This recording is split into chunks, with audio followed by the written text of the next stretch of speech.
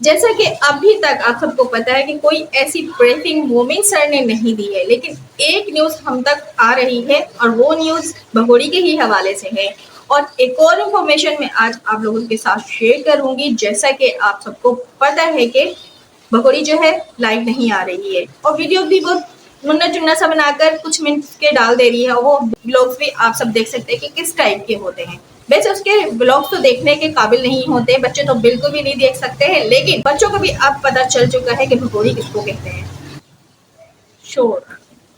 अस्सलाम वालेकुम, hello everyone, welcome back to Shabnam topper के साथ। कैसे हैं आप सब? उम्मीद करती हूँ कि आप सब बिल्कुल खैरियत से होंगे और अल्हम्दुलिल्लाह मैं भी बिल्कुल ठीक ठाक हूँ। जी, मैं भगोड़ी की बात करी थी कि आजकल ना ही वो वीडियो सही से अपलोड कर रही है, ना ही लाइव आ रही है। बहाना उसने ये लगाया है कि राखी के कुछ त्यौहार है वो आ गए हैं और साथ ही घर में उनके बहुत सारे मेहमान आ गए हैं जो कि उनको वो टाइम दे रही है। क्या आप सबको लगता है कि वो जो मेहमान आए हैं उन सबको ये टाइम दे रही होगी?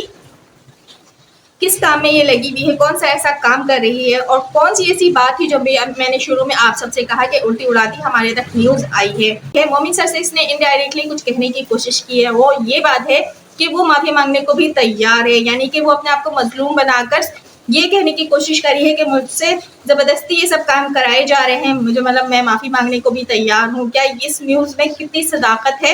क्या आप सबको लगता है कि ये इस तरह के काम कर रही है बैक कैमरा?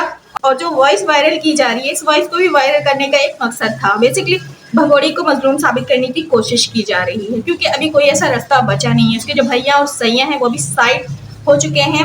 उन्होंने भी कोई केस में ऐसे कदम नहीं उठाया है, ना ही वो कुछ ऐसा कर पाए हैं कि भगोड़ी उसके इस काम से मुतमईन हो। बज़ाहिर तो वो लाइव में आके बैठ जाती है, बहुत सारी तारीफों के पुल बांधती है अपने भैया और सैया के लिए, लेकिन कुछ ऐसा काम उस भैया और सैया ने किया नहीं है सिवाय भगोड़ी को लूटने के और उसके सारे पैसे को समेट कर ले जाने के। और भगोड़ी को बहुत अच्छे से पता है कि मोमिन सर अभी लाइव नहीं आ रहे और अब अगर लाइव आएंगे तो कुछ ऐसी इंफॉर्मेशन और कुछ ऐसी खुशखबरी लेकर आने वाले हैं जिससे उसकी दुनिया जो है हिलने वाली है। तो वो पहले से तैयारी कर रही है माफिया मांगने की, और जो उसके चाटुकार है वो भी काम में लगे हुए हैं इसको मजलूम साबित करने के चक्रों में। तो चाटुकारों, आप जब उतना सपोर्ट करते हो उसको तो उसको बचा लो इस केस से, क्योंकि मोमिन सर तो लीगल तरीके से ही केस लड़ेंगे। माफी के चक्करों में वो ना पड़े हैं और ना ही पढ़ना चाहते हैं। उन्होंने पहले भी ये बात क्लियर कर दिया था। तो भगोड़ी, अब तू माफी मांग ले या कुछ भी कर ले ऑफ कैमरा, तेरा होने वाला कुछ नहीं है। तुझे वक्त बहुत ज्यादा दिया गया, तुझे मोमिन सर ने बार बार शुरू में कहा था, लेकिन तूने अपने आप को पता नहीं क्या समझकर और लोगों की बातों में आकर तू हवा में उड़ रही थी। वो मैं उड़ी उड़ी जावा हवा देना, अब तू जमीन पे गिर रही है, धड़म से गिरेगी और फिर तुझे लखपता जाना है। तो तुझे समझ आ गया कि मैं अब जमीन की तरफ जा रही हूँ, तो जल्दी जल्दी से तुम माफिया मांगने की तैयारियां कर रही है और वॉइस लीक की जा रही है और मजलूम बनने की कोशिश की जा रही है। जब तेरी तुझे पिटाई करने की वीडियो वायरल हुई थी, याद होगा तुझे? जब वो वीडियो वायरल हुई थी तो किसने आवाज उठाया था? पाकिस्तानियों ने ये वीडियो वायरल भी की थी और आवाज भी उठाया था। लेकिन तूने आकर वीडियोस में क्या उल्टे पुल्टे बकवास किए थे, सर धज कर तू बैठ गई थी। तो उसी बात को लेकर तेरे भैया सैया ने आगे एक प्लांटेड वीडियो तैयार किया और उसमें तू सज धज कर आकर बैठ गई थी और ये बता रही थी कि नहीं, ऐसी कोई बात नहीं है, मुझे किसी ने नहीं पीटा है। जबकि सचिन के यहाँ पर भी तेरे नाखून के निशानात भी नजर आ रहे थे, जिससे जो पत्रकार गए थे वो बार बार पूछ रहे थे कि निशान कहाँ से पड़ा, लेकिन तूने मजाक में उड़ा दिया था। देख, तूने ही तो हम सबका मजाक बनाया। हम तो तेरे लिए आवाज उठाते हैं, हम तेरी सच्चाई ला ला कर यहाँ पर रख रहे थे, लेकिन तू इस सच्चाई को झुटला देती थी, हर बार झुटला देती थी। फिर आज तुझे बैक कैमरा क्यों माफी मांगने की जरूरत पेश आ गई मोमिन सर से? खैर, ये काम तो वो लीगल तरीके से ही करेंगे, हमें अच्छी तरह पता है। और वो पहले भी कह चुके थे कि ये केस मैं लीगल तरीके से ही लड़ूंगा। राखी के त्योहारों को लेकर जो बहाने बनाकर बैक कैमरा जो काम कर रही है वो डरी सहमी भी है। अभी वो बहुत ज्यादा खौफजदा चल रही है, इसलिए उससे लाइव भी नहीं की जाती। अगर वो लाइव में आ भी जाती है गलती से ही तो आधे घंटे भी बहुत मुश्किल से वो करती है। उसकी बेजारगी लाइव में नजर आ जाती है कि वो लाइव अब करना नहीं चाहती, क्योंकि वो काफी बेचैन है, वो काफी डरी हुई है, वो काफी घबराई हुई है। इसलिए सौ पैतरे उसके और उसके चाटुकारों के निकल कर हमारे सामने आ रहे हैं। लेकिन भगोड़ी, तू फिक्र नहीं कर, होगा वही जो मंजूर खुदा होगा, और जो तूने किया उसकी सजा तो तुझे मिलकर ही रहेगी। कि पाकिस्तान में कुछ भी नहीं है। रोटी कपड़ा और मकान के बारे में तूने बात बताई थी। देख, रोटी कपड़ा और मकान का नारा तो हर एक मुल्क में है। तेरी इंडिया में भी रोटी कपड़ा और मकान के बारे में लेकर ये स्कीम चलाई गई थी। सो हमारे भी पाकिस्तान में ये स्कीम चलाई गई है गरीब और मोहताज लोगों के लिए। हमको रोटी कपड़ा और मकान देते हैं। इसका मतलब ये नहीं है कि पाकिस्तान गरीब है, औरतों को कपड़े नहीं मिलते। अगर औरतों को कपड़े नहीं मिलते तो तू जब भाग कर आई थी इंडिया तो तू बिना कपड़ों के आ गई थी, कपड़े पहन कर आई थी ना। तो कैसे ये तू कह सकती है कि पाकिस्तान इतना गरीब है कि रोटी कपड़ा और मकान तक इनके पास नहीं है। हमारे पाकिस्तान में ये स्कीम जरूर है लेकिन वो गरीबों के लिए, मदद करने के लिए, जैसे कि तेरी इंडिया में भी है। फजूल की बातें तो बकवासें करती रही। आज तुझे पछतावा हो रहा है तो ये पछतावा किसी काम का नहीं है। ये बात तेरी मजलूम होने की और तेरे साथ जो हो रहा है उससे हमें कुछ लेना देना नहीं है। तूने जो किया उससे सजा तो तुझे मिलेगी। हमें तेरे से कुछ भी लेना देना नहीं है। हमें सिर्फ 4 बच्चे चाहिए, हम 4 बच्चों के लिए आवाज उठा रहे। तेरे लिए तो हम आवाज उठा ही नहीं रहे। तुझे इंडिया में रहना है तो इंडिया में रह, तेरे चाटुकार तुझे रखना चाहते तुम वहां रह, तुझसे जो भी काम करवाना चाहते तू कर, क्योंकि तेरी सजा यही है। अब तू मजलूम बनने की या फिर ये बोलकर कि इसको दूसरी तरफ ले जाने की कोशिश ना कर कि तुझसे ये सारे काम करवाए जा रहे हैं।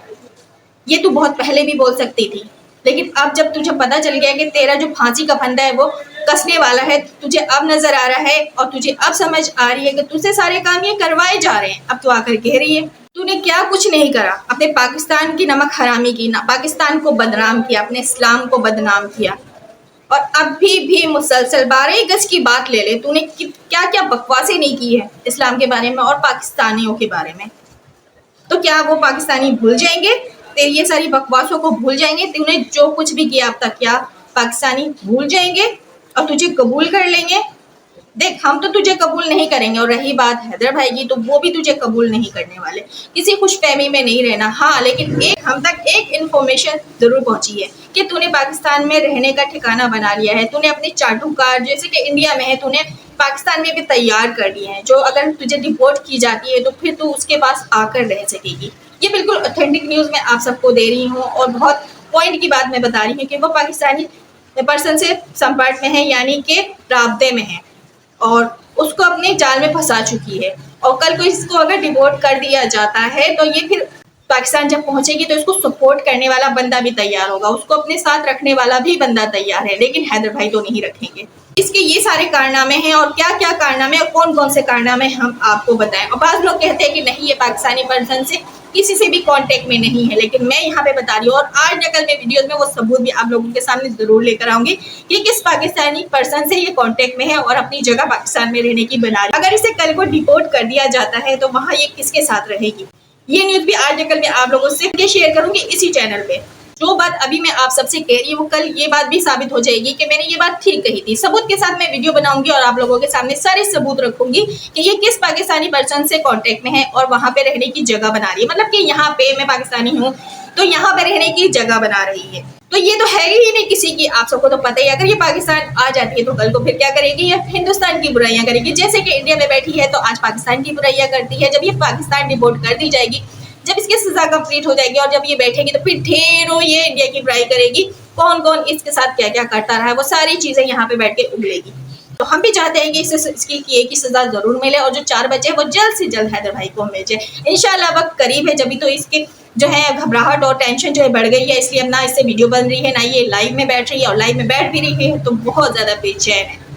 ऑफ कैमरा ये बहुत ज्यादा छटपटा रही है, बहुत सारे तरीके और बहुत सारे पैतरे चलाए जा रहे हैं कि इसे मजलूम साबित कर दिया जाए, और ये बहुत ज्यादा मजलूम है। इससे सारे काम जबरदस्ती कराए गए 2 सालों में। ये छोटी सी वीडियो मैंने शेयर की है। आप सबको वीडियो आज की अच्छी लगी हो तो लाइक जरूर कर दीजिएगा। आप सब लाइक करना भूल जाते हैं और मेरा दिल बहुत छोटा सा हो जाता है, लेकिन आप लोग लाइक जरूर किया कीजिए। लाइक से मुझे बहुत सारा मोटिवेशन मिलता है, जिसकी वजह से मैं जो अच्छी अच्छी सी वीडियोस बनाती हूँ और मजे की टॉपिक्स यानी कि पॉइंट्स लेकर आ पाती हूँ। तो लाइक करना मत भूला कीजिए, और जिन्होंने अभी मुझे न्यू ज्वाइन किया है सब्सक्राइब जरूर कर दीजिएगा और प्यारा सा कमेंट जरूर कीजिएगा, अपनी राय जरूर दीजिएगा और अपना ढेर सारा ख्याल रखिए। अल्लाह हाफिज।